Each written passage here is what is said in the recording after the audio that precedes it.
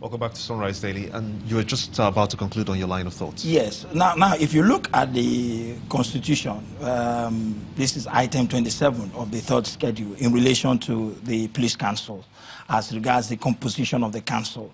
Now, you'll be surprised to note that the council also has the President of the Federal Republic of Nigeria, who is to be the chairman of the Nigerian Police Council, the governors of each of the states of the Federation, the chairman of the Police Service Commission, and the Inspector General of Police. So now this is the highest organ in relation to policing in Nigeria. Now, what are the functions of this organ? It says the organization and administration of the Nigerian police force and all other matters relating thereto, not being matters relating to the use and operational control of the force, or the appointment, disciplinary control, and dismissal of any member of the force, the general supervision of the Nigerian police force, and advising the president on the appointment of the Inspector General of Police. Now, these are the functions of the Nigerian Police Council. Now, if you have a council that has the president as a member and as chairman, constitutionally provided for, and they have not met in the last 3 months or in the last 6 months, then something is fundamentally wrong with us as a people.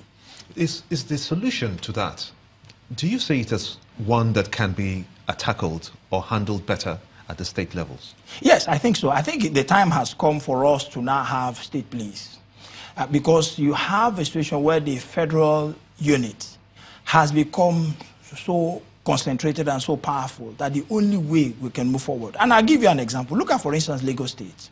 Even though there are constitutional challenges in relation to the Commissioner of Police of the state, who ordinarily should report to the Chief Security Officer of the state, and that is the governor. Now, but whatever directive the governor gives must be cleared at the federal level. So in other words, you have a commissioner of police of the state who ordinarily should be reporting to the governor, but who is not reporting to the governor, but has to report to the Inspector General of Police. So in other words, whatever directive he gets, he also needs to clear before he can implement.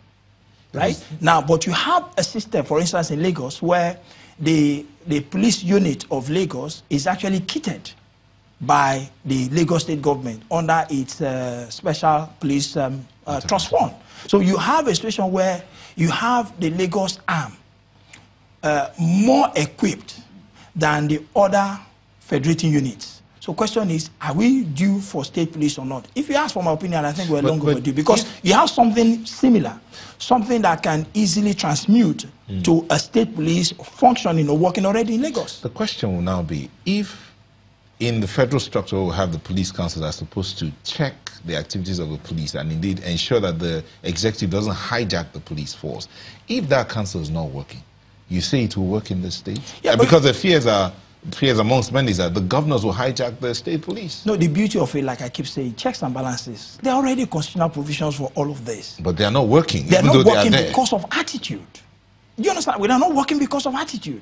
Now, you go to developed climes and you see the way things work, and you ask yourself, what is it that makes things work there and we find it very difficult to work? You know, Mr. President's concern, Mr. President's concern in this particular matter is that states are even unable to pay workers' salaries, and then you want to begin to constitute a state police again. How is that going to play out? No, the beauty of all of this is that every state has to now look. I am one of those who feels that we have too many states.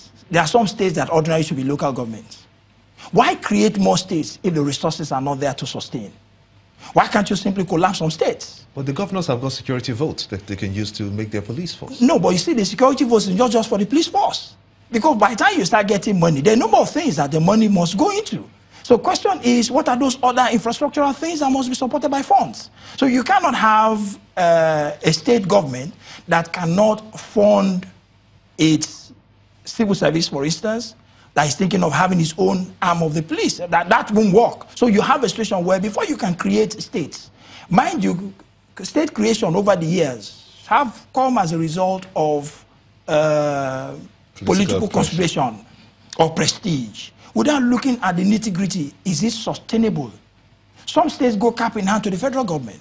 Lagos State, for instance, Lagos State is generating its own revenue, perhaps maybe because of the imbroglio between the then governor of the state and the federal government. It made Lagos State to look inwards.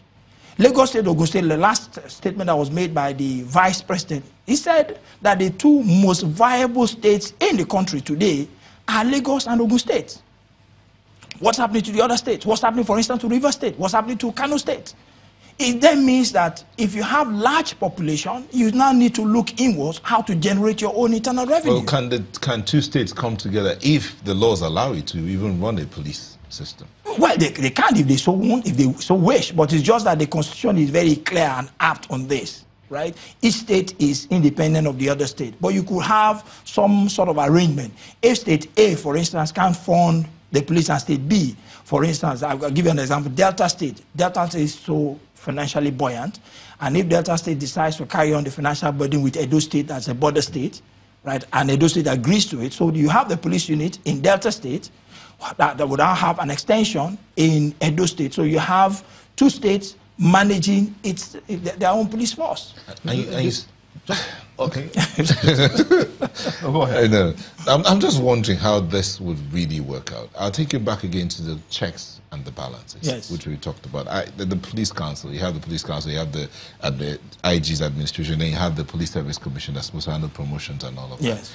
If we're going to go for state policing, you realize that this entire structure would have to be replicated in all the certainly, states. as we have in other provisions. Now, some yes, of the states are funding the police in the police commands in the various states. Yes. But the law still says that Nigeria will have only one police system, yes, only one police force. Yes. So this means we're back to the National Assembly. Yes. Do you think they'll be willing to look into all of this? I think so, because right now it's generating a lot of discussions now. They need to now have, particularly in view of the face-off with the IGP. I think it's something that they're now looking into. They need to now have or kit or empower states to also have their own police. Like, for instance, by now we're long overdue for state penitentiary, state prisons. The question of attitude will now come. You mentioned attitude here. So yes, how would attitude now play out in all of this, in implementing the laws that we have? You know, you also need to try, like Lee Lacoca, the former president of Chrysler, said, it's not yet a solution until it is applied. So apply it and then let's see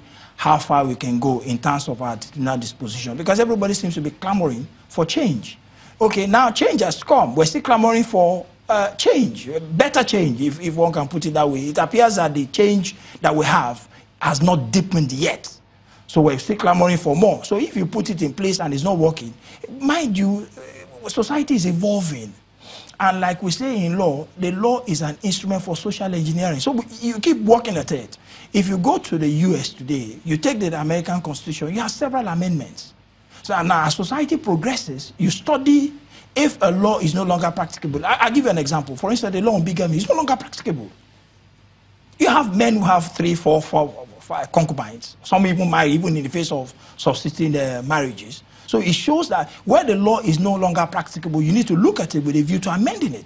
So for me, the Constitution is a working document. Same thing, if you recall, some time back when Yar'Adua was indisposed, President Yar'Adua was indisposed, and the issue of transmission of the letter now became an issue, the law has now been amended to reflect that. Now, recently, some time back when the current president went on medical, he transmitted a letter where the vice president was appointed as coordinator. I mean, that's strange. That's not within the spirit of the Nigerian Constitution. So we also need to look at all of this with a view to amending. Yes. So as we forge ahead, we need to amend our laws.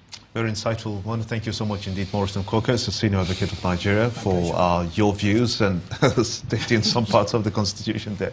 Thank you so much indeed for talking to us. My pleasure. Sunrise Daily will be back in just a moment. Join us again.